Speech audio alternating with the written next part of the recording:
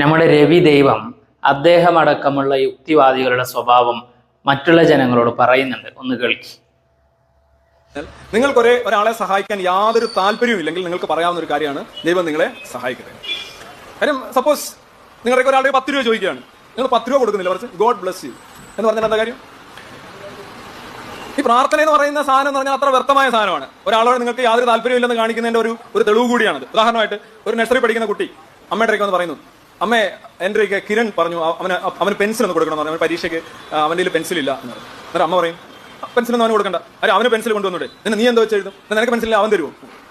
പിന്നെ പറയും, റാണി എൻ്റെ നോട്ട്ബുക്കിൽ അങ്ങോട്ട് എഴുതാനായിട്ട് വാങ്ങിച്ചു, നോട്ട് അവൾ വന്നില്ലായിരുന്നു, ഞാൻ കൊടുക്കട്ടെ എന്ന് ചോദിക്കും.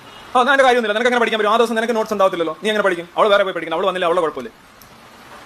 അടുത്ത പറയാം, 3-ാമത്തെ ദിവസം പറയാം, അമ്മേ ടോമിൻ്റെ വീട്ടിൽ വലിയൊരു പ്രശ്നം, അവളുടെ അച്ഛൻ ഭയങ്കരമായിട്ട് അസുഖമാണ്, കരൾ സംബന്ധമായ പ്രശ്നമാണ്, ഞാൻ അവിടെ നാളെ ഒരു പ്രാർത്ഥന നടക്കുന്നു, ഞാൻ പോയി പ്രാർത്ഥിക്കട്ടെ. മോനെ പോയി പ്രാർത്ഥിക്കടാ, പോയി പ്രാർത്ഥിക്കും, വേണമെങ്കിൽ അമ്മയും കൂടെ വരാം. ഇവനൊരു പെൻസിലിൻ്റെ ഒരു കഷ്ണത്തിനോ അല്ലെങ്കിൽ ഒരു ഹോംവർക്ക് അങ്ങോട്ട് ട്രാൻസ്ഫർ ചെയ്യാനോ വരുമ്പോൾ യഥാർത്ഥ സ്വഭാവം കാണിക്കുന്ന ഒരു പ്രാർത്ഥനയുടെ കാര്യം വരുമ്പോൾ വല്ലാതെ ഉദാരമാകുന്നു. കാരണം എന്താണ്?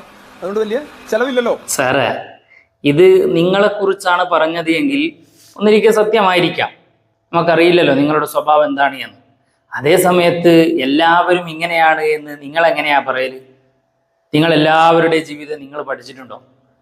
പൊതുസമൂഹത്തിന്റെ മുമ്പിൽ സഹായിക്കുന്നവരായി ഇവിടെ ആരാ ഉള്ളത്? മറ്റുള്ളവരെ സഹായിക്കുന്ന ഏതെങ്കിലും ഒരു യുക്തിവാദികളെ നിങ്ങൾ ഇന്ന് വരെ കണ്ടിട്ടുണ്ടോ? ഇവിടെ പ്രളയമുണ്ടായി, കൊറോണയുടെ സമയമുണ്ടായി, പല പ്രശ്നങ്ങളും പൊതുസമൂഹത്തിന് എല്ലാവർക്കും ബാധിക്കുന്ന ഒരുപാട് പ്രശ്നങ്ങളുണ്ടായി. ആരാണ് ഇവിടെ സഹായിച്ചത്? മതമുള്ളവൻ മാത്രം, സമൂഹത്തിന് വേണ്ടി പ്രവർത്തിച്ചു കൊണ്ടിരിക്കുന്നവർ മാത്രം. ഇവനെ പോലെയുള്ള യുക്തിവാദികൾ എന്താ ചെയ്തേ?